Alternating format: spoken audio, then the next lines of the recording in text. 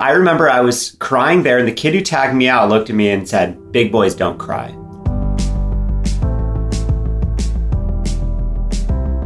Hello and welcome to the Pillow Talks podcast. We're your hosts, Vanessa And Xander Marin. I'm a sex therapist with 20 years of experience. And I'm just a regular dude.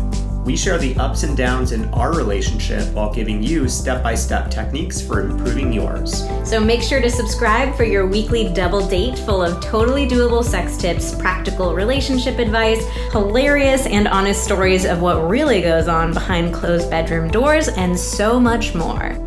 It's the sex education you wish you'd had. Is there anything that makes us feel more uncomfortable than feelings? Feelings are very, very challenging for us to deal with on our own and in our relationships. And I think that's because very few of us are taught how to actually navigate our own feelings. Most of us grow up with really negative messages about feelings. Things like, don't be a crybaby, don't be dramatic. We're not taught how to have a healthy relationship with our feelings. Oh yeah, one of my earliest memories is I think I was 4 years old. I was playing baseball with some kids in preschool, and I got tagged out pretty hard, skinned my knee open in the gravel. Ultimately I had to go to the doctor and I get it stitched up. I remember I was crying there and the kid who tagged me out looked at me and said, "Big boys don't cry." Ooh. Ouch. And that memory is seared into my memory. I remember the name of the kid. I remember his full name. I remember exactly what he looks like. I mean, my knee was wide open, bleeding. Oh, that's so sad. Yeah. I have a memory that comes to mind from when I was in grad school, getting my psychology degree, kind of learning about family dynamics, family therapy. I talked to my mom about feelings because growing up, we didn't have a super feelings-heavy household. There was a lot of love, but there wasn't a lot of discussion about feelings. And so I asked her about that, and she said, well, most feelings aren't rational, so why would I bother with them? Interesting. You know my mom very well, so I'm sure you can imagine her saying that. I can. And credit to your mom because she's probably listening. Hi, Mom. She has moved the needle a lot in this area since I've known her. Oh, yeah. I think that if you're listening to this, I think that you are really good at feeling feelings now. And I appreciate that as your son-in-law. Wow, just trying to get some mother-in-law points, huh? Oh, yeah, always. So today we're going to be talking about feelings. We went over to our Instagram audience and we asked them, do you ever feel overwhelmed or taken hostage by your emotions? And 90% of people said yes. And then we asked, do you or your partner regularly struggle to discuss emotions with each other? And 72% said yes. I'm actually shocked by that one. I think it should be about 99%. Yeah, I want to hear from those 28% of people that don't struggle, because even though Vanessa and I have done a lot of work on this, and I would say that we do this well most of the time. Yeah. Not most of the time, we do struggle. So if our feelings are very overwhelming, we don't really know how to deal with them, what ends up happening when we do feel kind of taken hostage by emotions? Well, we tend to blame other people for them. And if we're in relationships, we tend to blame our partner. So we actually asked this question on Instagram. Do you or your partner ever blame each other for your feelings? So do you ever catch yourselves saying things like, "You made me feel this way"? And 82% of people said yes.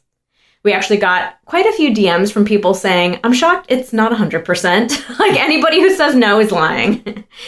All right, so there are a million different dynamics that get wrapped up into this whole thing of blaming other people for your feelings. But one really major thing, a really major psychological concept, is called the fundamental attribution error. And this is not solely responsible, but I think this is at the root of a lot of kind of interpersonal things that happen. So the fundamental attribution error basically says that when something bad happens to us, we tend to try to find something externally to blame for it. I failed a test and be like, oh, well, this teacher is mean to me. This teacher has it out for me. The teacher told me that the test would be on subject X, and then I walked into class and it was actually on subject Y. Something like that. Whereas when good things happen to us, we tend to find internal reasons for why the good thing happened. If you get an A+ on your test, you go, oh man, I absolutely killed it on that test. I am so smart.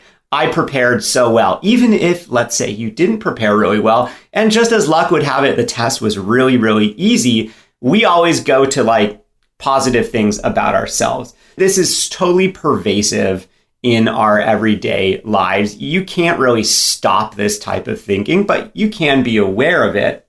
And so in the case of feelings, when something objectively bad is happening to you, like having a feeling is uncomfortable. You feel it in your body. It doesn't feel good. No, we're going to tell you that you do need to feel your feelings. That doesn't mean that they feel good.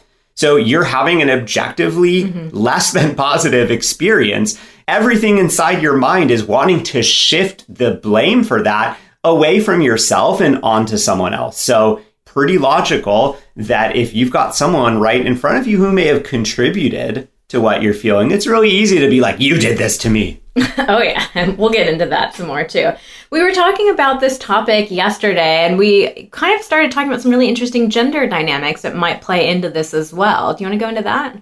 Yeah, definitely. I mean, I think with men, I can speak from my experience. I can speak to the experience that I believe a lot of men have from speaking with other men. Men are not raised to really have a good relationship with feelings. Like I described before, 4 years old, being told as I'm like bleeding all over the ground, like big boys don't cry. We learn really early that it's better not to have feelings. It's better to suppress them. It's better to keep them inside. We're told that that's an effective way to handle them. In reality, they end up just getting suppressed and suppressed and suppressed until they bubble out in some other way. Think about it this way. Okay, I'm a guy. I'm not supposed to have feelings. All my like male role models are the strong, silent type, and we figure it out ourselves and we hold it all in. Now, let's say you get into an argument with your partner and some big feelings are coming up and you're like, oh my God, I'm not supposed to be having these feelings. If I was alone, I would not be having these feelings because I have my shit under control, but I'm having this feeling. So how do you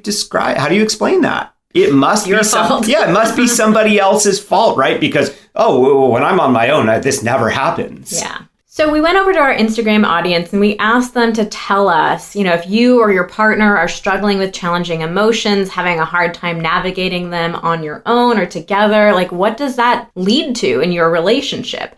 And so we heard answers like tension, disconnection and distance, lack of trust, frustration, feeling unseen and unheard, feeling blindsided, defensiveness, avoidance, feeling invalidated, and feeling lonely. Obviously, this is not fun. It's having a lot of big impacts on relationships. So that's why we wanted to talk today about kind of how to navigate challenging emotions. No one wants to feel any of those things that we just listed out. These are all understandable feelings to have. However, if we can improve the way that we deal with feelings with each other, a lot of these could be lessened or maybe even cut out most of the time. First, let's get into the review of the week. This podcast and Vanessa and Xander's Instagram has changed my life. I have become so much more comfortable talking openly with my partner about sex and lots of other topics. I don't know how it's possible that our society has allowed me, a 36-year-old woman, to know so little about sex, even after 11 years of marriage and 3 kids.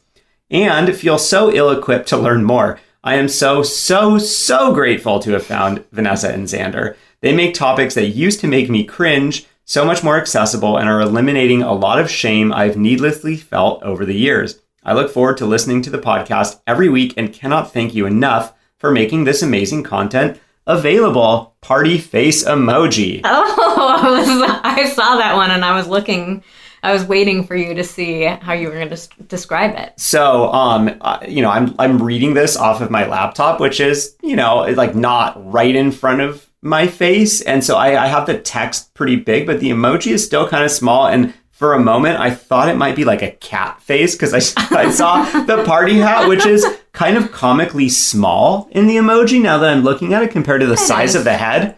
If you wore a party hat that size on your head, you would look pretty silly. It kind of looks like a single cat ear. And I was like, oh, maybe it's like a cat with like one droopy ear. But no, it is blowing a, oh my God, what is the little party blower thing? What are they called? What are they called? It's not a kazoo. Sometimes, though, these things make a kazoo-like noise. Yeah. Tell me, what are they called? I actually have no idea. She has no idea. I call like, bullshit on you. It's like unrolls at the end. I know exactly what you're talking about. Please DM us on Instagram, Vanessa and Xander Therapy, if you know the name of these little... Party blower. Sounds like a different kind of party. All right. So yes, thank you so much for this review. That's a great one. And just a reminder that we're doing a review giveaway. You leave a review for us. We are so, so grateful. It really helps the podcast grow, helps us reach more people, be able to serve more people. And so we do this weekly giveaway. If you write a review, just shoot us a screenshot of it on Instagram at Vanessa Marin Therapy. And then every week we will enter you into a giveaway to get advice from us. So what you'll do if you're the winners, you can send us over your question or description of your situation, and we will send you back an audio or a video message of us giving you personalized advice. Thank you so much in advance for writing reviews. It really does make a huge difference. Yeah, and at this point, this is actually really one of the only ways to get truly personalized advice from us. Vanessa is not seeing clients one-on-one anymore. Mm-hmm. You're not doing email coaching anymore because we are just so busy with podcast, YouTube, Instagram, courses, all that good stuff. Mm-hmm. So yeah, this is like one of the best ways to really get some personalized input and feedback from us. So first, we got to talk about what the hell are feelings and what are they not? Because I think this is something that a lot of us just don't really realize. There's a lot of misinformation about feelings. Oh, yeah. So at the most basic, feelings are emotional experiences. They're the way that we experience ourselves, other people, and the world around us. And there are some core feelings. We're going to get back to this in a little bit, but some of the core feelings are happy, sad, disgusted, angry, bad, surprised, and fearful. You feel your feelings in your body and not in your head, so they're not thoughts. You know, the emotional center is in your brain. It is part of your brain. However, that part of your brain is connected to your nervous system. When you have certain thoughts that trigger feelings, you tend to feel those throughout your body because it is connected to your nervous system, which is why all these things can happen. Like your heart rate can increase, you can feel high, you can feel cold. And you might feel happiness as like a lightness in your chest. You might feel fear as butterflies in your stomach. The fear in butterflies one is so interesting to me. This is one of the biggest misconceptions because I think due to kind of popular culture, we have this idea of butterflies in your stomach being a sign of like romantic connection or attraction, because somehow that's what you hear about in movies or read about in books. In reality, the feeling of butterflies in your stomach, it is not a romantic feeling. It is quite the opposite. It is actually the feeling of blood leaving your chest and moving towards your extremities as your body starts to prepare itself to be in fight or flight mode. So this actually kind of explains a little bit going for the bad boy or being attracted to danger, because we have this idea in our head that butterflies actually means that like we're into someone or that there's something chemistry. Yeah, that there's connection. chemistry. And in fact, what your body is trying to tell you is like, be careful, stay away. This person or this situation is dangerous and you need to be ready to run.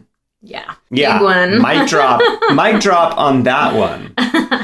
The other really interesting thing about feelings is that they are fleeting. Feelings actually last 90 seconds on average, which tends to blow a lot of people's minds because Feelings can feel very overwhelming sometimes, and we can have a lot of fears about like, I'm going to feel this way and it's never going to go away. But the reality is that a feeling passes through your body in about 90 seconds if you allow it to. Yeah, I was going to say. That's the key. Should we say properly processed? And we'll talk about how to do that. But of course, that is an average, so it doesn't mean that you have a really big feeling come up and you say, okay, cool, 90 seconds. I'm going to set a timer, and in 90 seconds, I'm going to be good.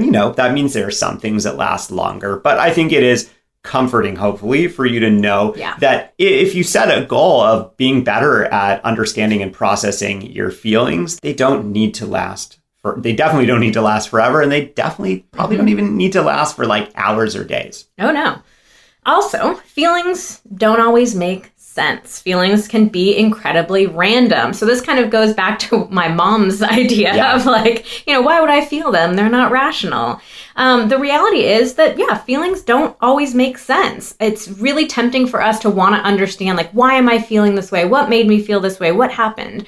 We can oftentimes experience feelings that we don't understand, that came up for no good reason. Maybe they even feel like the exact opposite thing that we thought we would have felt in that kind of situation. So feelings just don't fit in with our rational brains. It's kind of disconnected from the part of your brain that is responsible for rational thought. Mm-hmm. The part of the brain where the feelings come from is, responsible for kind of like lower motor functions and stuff like that. So, it's important to understand, you can't think yourself out of a feeling. You can maybe think yourself into subverting a feeling just to allow it to come up later. But the feelings will always win. Your lower bodily functions pretty much always win. Suppression is not the answer. You also do not have to act on your feelings. So here's another huge misconception. I think a lot of us think, once we feel something, we have to do something about it or do something with it. And that's just not the truth. Again, we'll get into like how to healthfully process and manage your emotions in a second. But for most feelings, there's nothing that you need to do with them. Another very important truth about feelings, you are not your feelings. I think a lot of us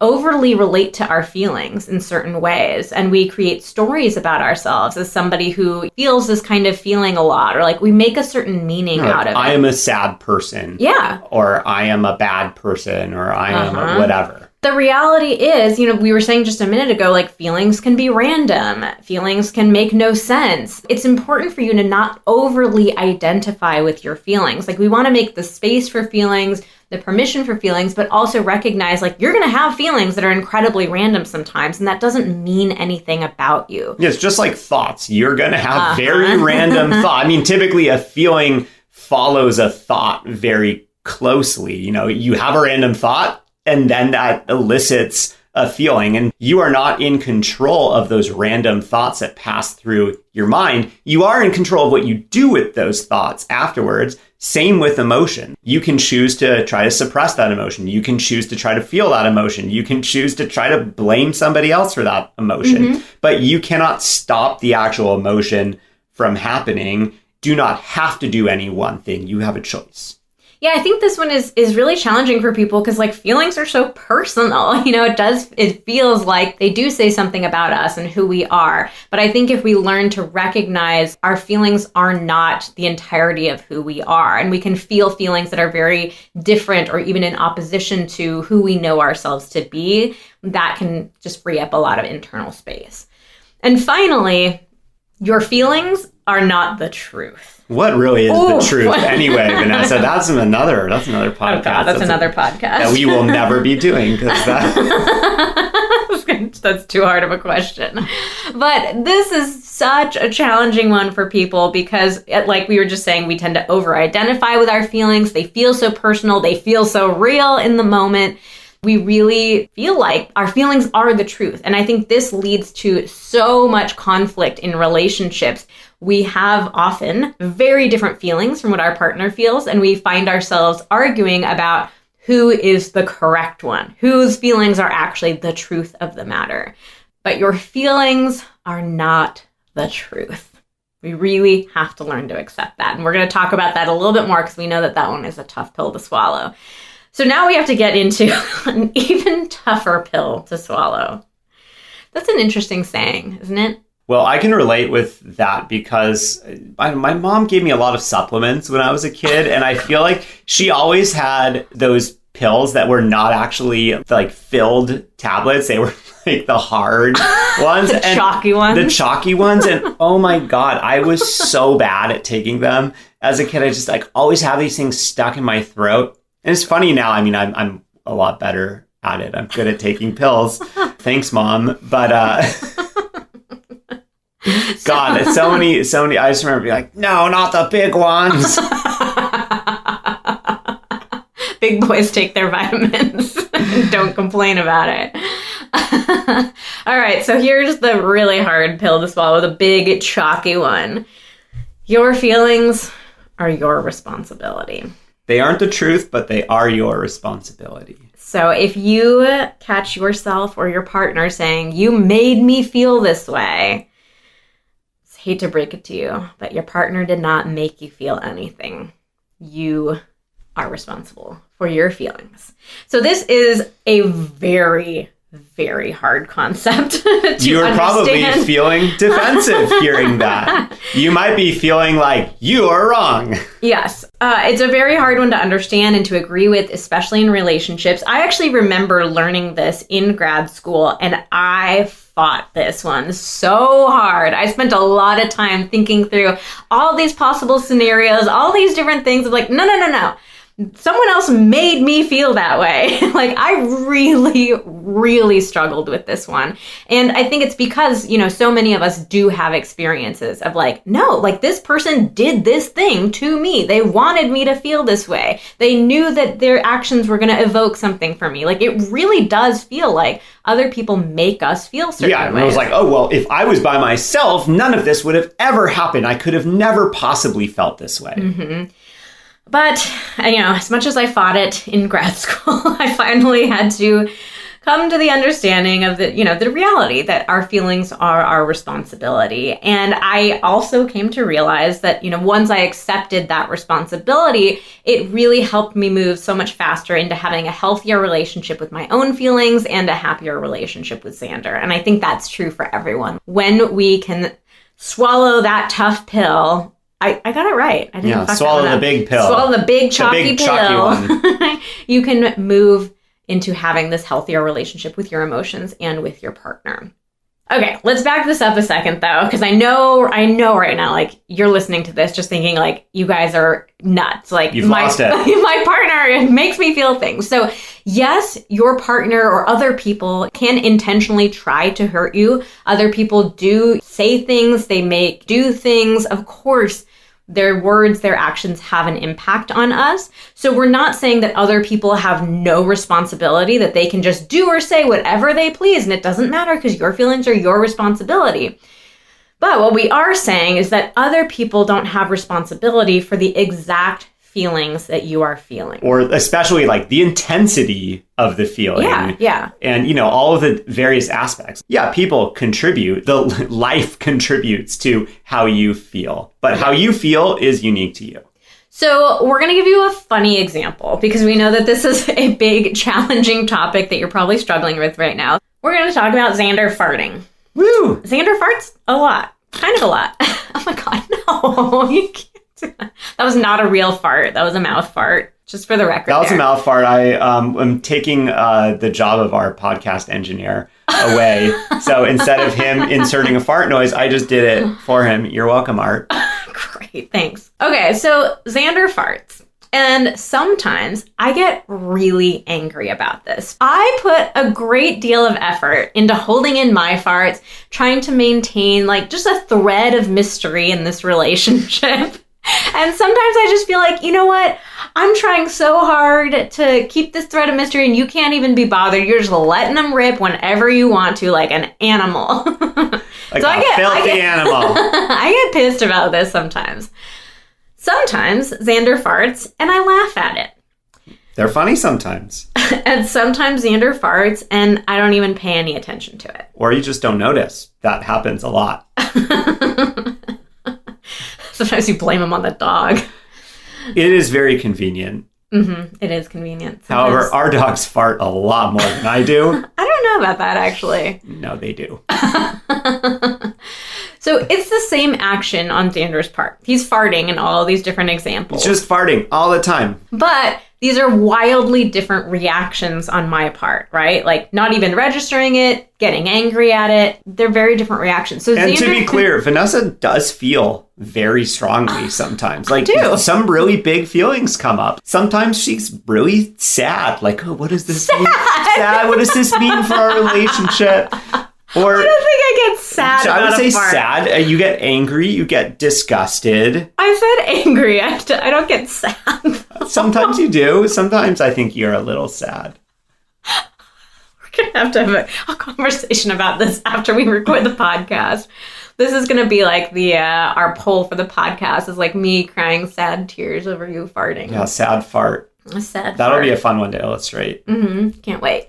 Yeah, so Xander he's responsible for the action. He's responsible for his farting, but he's not responsible for it evoking feelings in me or for the particular feelings that it is evoking because they're so different. If you really think about this right now, you could think of like something that it felt like someone else did to you and think about what's a different, an alternative reaction that you could have had, a different feeling that it could have evoked for you. Or like a different time that same thing happened and you felt differently about it. And to add another layer onto it, it's like specific to Vanessa as well. Like I could have a different partner who just never cared about farts. Or someone who cried every single time. Who always cried because, they had fart trauma earlier on in their lives or something like that. Yeah. Every different person has a different perspective on farting. And not only that, but then each individual time they have the ability to feel differently about it because of all these other situations. Like Vanessa may be angry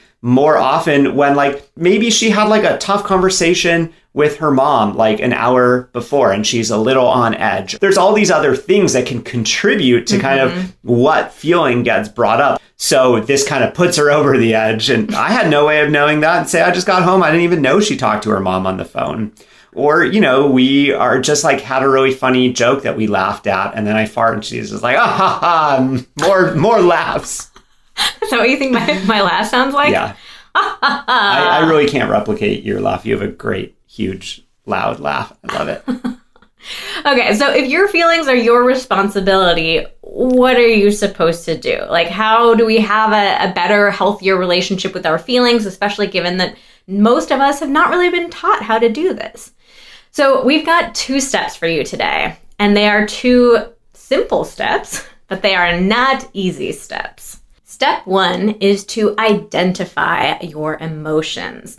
So we asked our Instagram audience, when you feel an emotion, are you able to identify it? And only 58% of people said yes. And when we say identify, what we mean is like name the emotion that you're feeling. So there's a great little saying, I forget who came up with it, but they say that you have to name to tame. You have to name your emotions in order to tame them. So if we want to, be able to move through our emotions and process them well, we first have to even identify what the heck it is that we're feeling so that we can move through it. Yeah, because if it's just like, oh, this thing feels uncomfortable, really the only tool we have available to us is to try to like push it aside or push it down. But once we know what it is, we have a lot more options available to us. Absolutely. So I think the key here is really being curious. We have to make the space for our feelings and be open to them. Be open to like, yeah, what is it that I am feeling right now?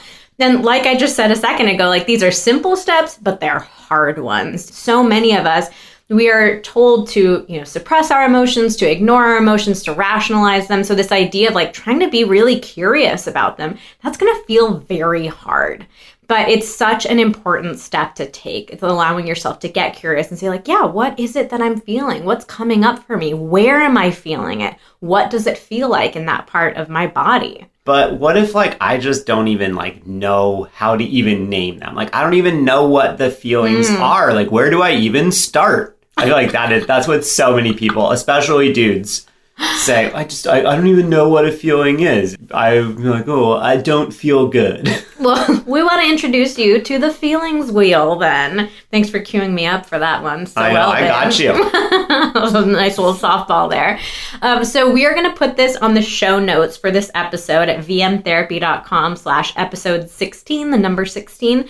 So in this wheel, basically it's designed as a series of concentric circles. And so it has, in the middle of the circle, is the core feelings, which I mentioned earlier. They're happy, sad, disgusted, angry, bad, surprised, and fearful. And then the next circle out from that, other feelings, more nuanced feelings that fall under that category. So obviously, like, happy is a huge category of emotions. There are lots of other specific emotions. So a bunch of different concentric circles. Basically, there are just a ton of different feelings on this wheel, and you can look at it and help it identify what specific feeling you're feeling. So it helps you get a lot more nuanced about, instead of just saying, oh, I'm sad. Okay, well, is it a loneliness kind of sad? Is it a disappointed kind of sad? If it's disappointment, what else might it kind of filter into? So it's just a really, really useful, practical, simple tool for becoming more familiar with feelings and more nuanced about identifying and describing your feelings. Yeah, this might sound silly, but like, print the feelings wheel out.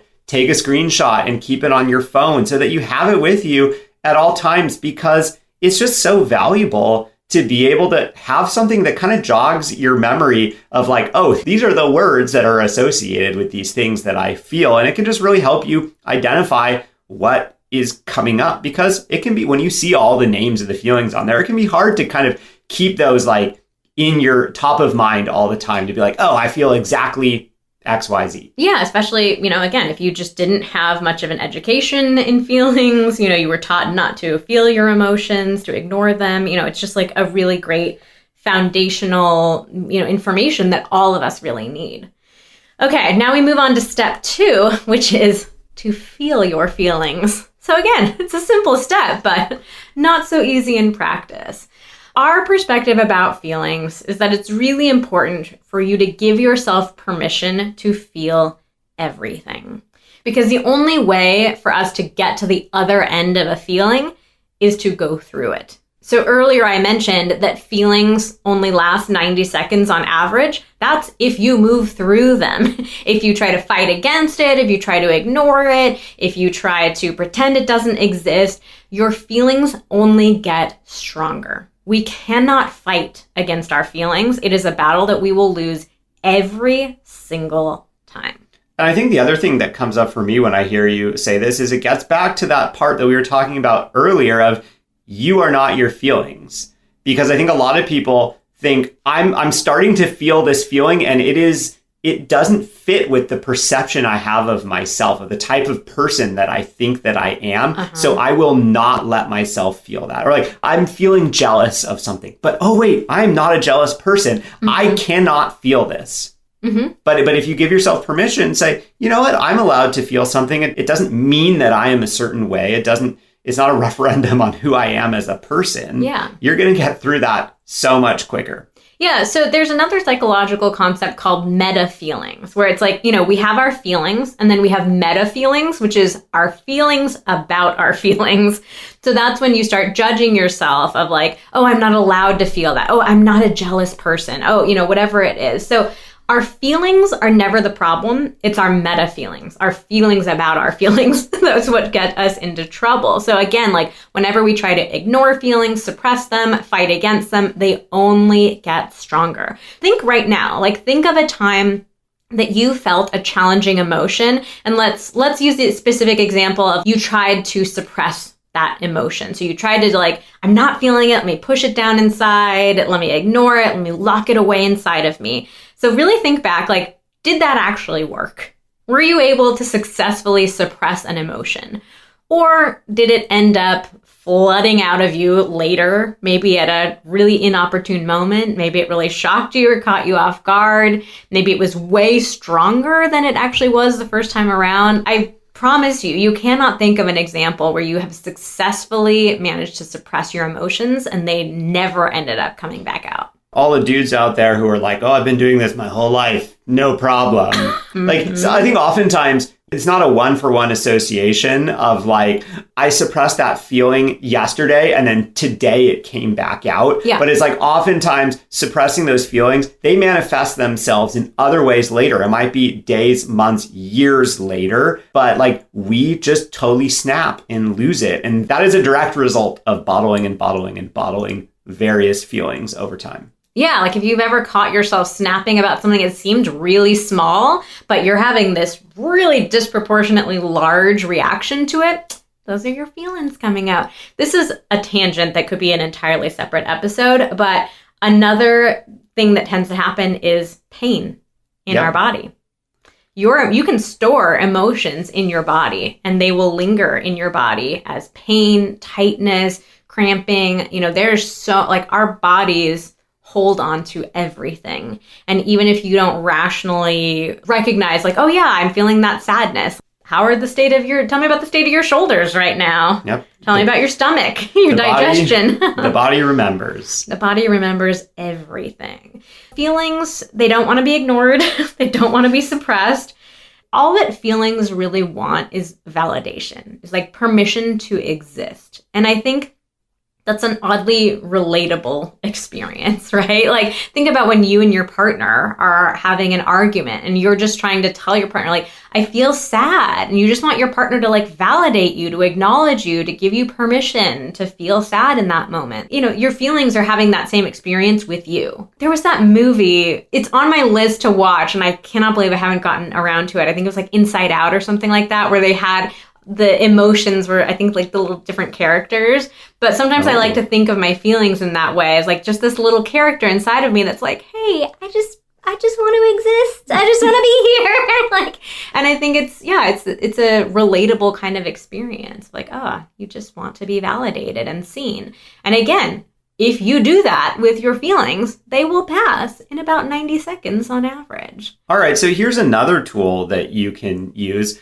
When you are feeling something big, you can, as you're feeling it, or maybe after you felt it a little bit, you can start to think about, hey, have I ever felt something similar to this before? Or, if something happened right before that big feeling, you could think, has something similar to that ever happened to me before? Because oftentimes we can trace the feelings that are coming up to us back to these formative or traumatic experiences that we had in the past. And that can be a really easy way to tell yourself or just remind yourself, hey, it actually makes a lot of sense for me to be feeling this way because it's like that time when I was a kid, I got tagged out and my knee started bleeding. I was really sad and in a lot of pain. That kid told me that big boys don't cry.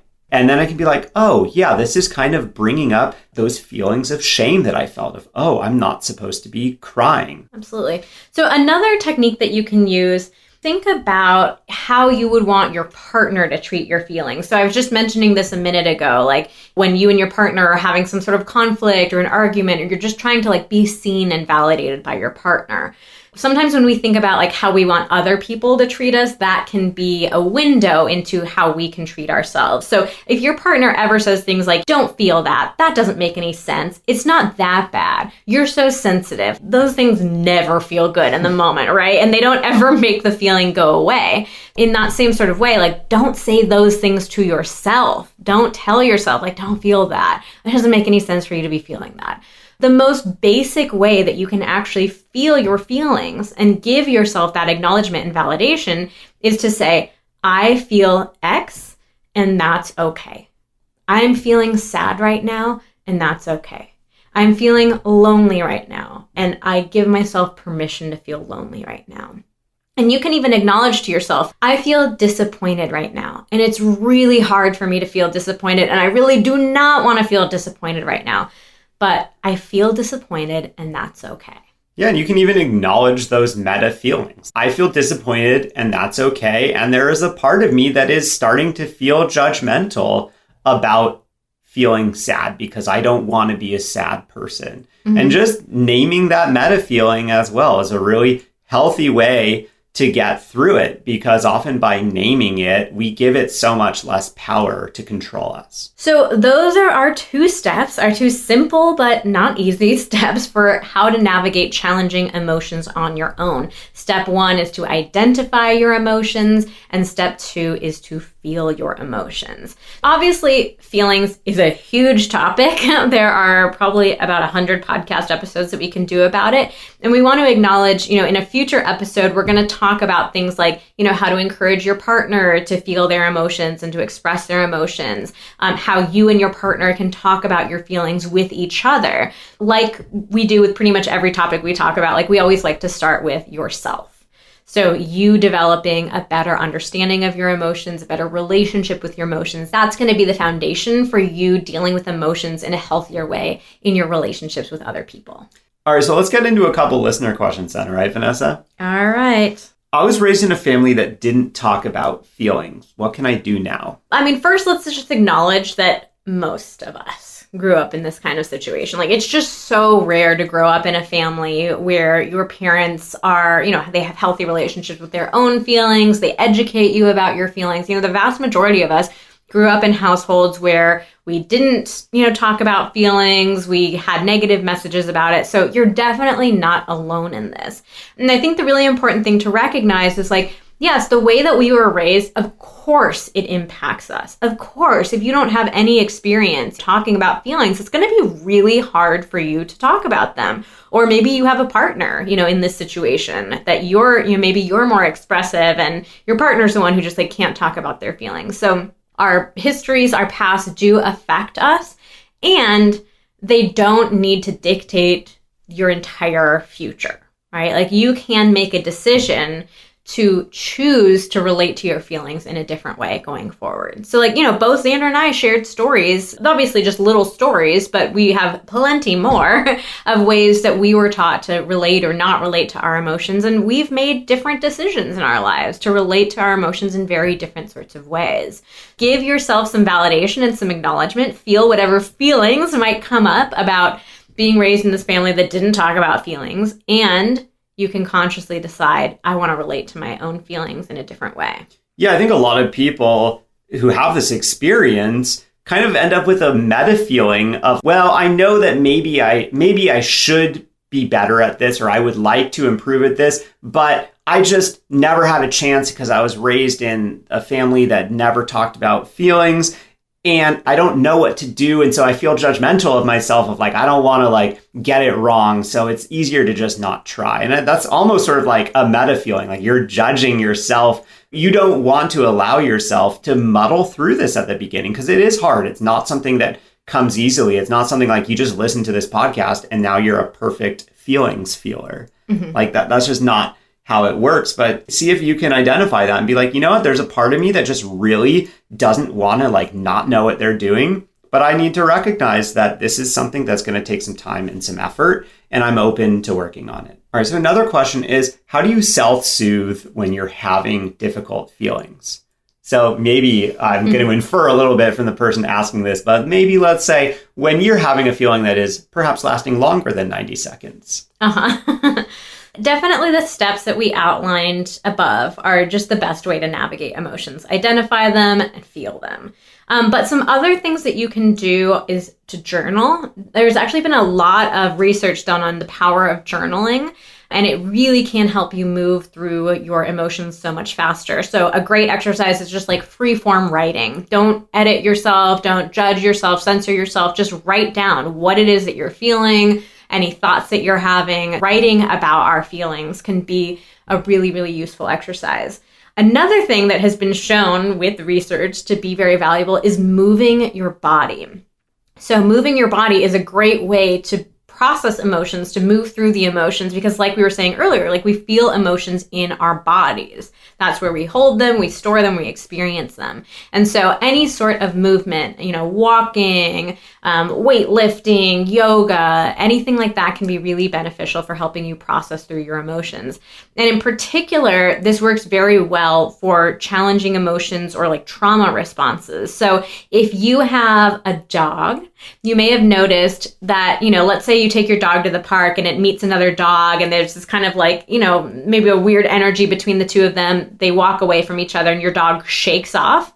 That's your dog processing its emotions and shaking off the stress and the tension. And so in the same sort of way, like, we can process our emotions by kind of shaking them out. It's like a very primal response that we have. So unfortunately, we can't do it quite as quickly and as well as dogs can. Well, maybe we should normalize. Let's all just like give ourselves a little shakeout whenever we're feeling something. I'm just saying I can't shake quite as well as our dogs can. You can't shake as cutely as our dogs can, okay. But you can shake. Yeah. But I saw you trying to shimmy the other day. True. That kind of looked the same way. I try. I'll put it that way.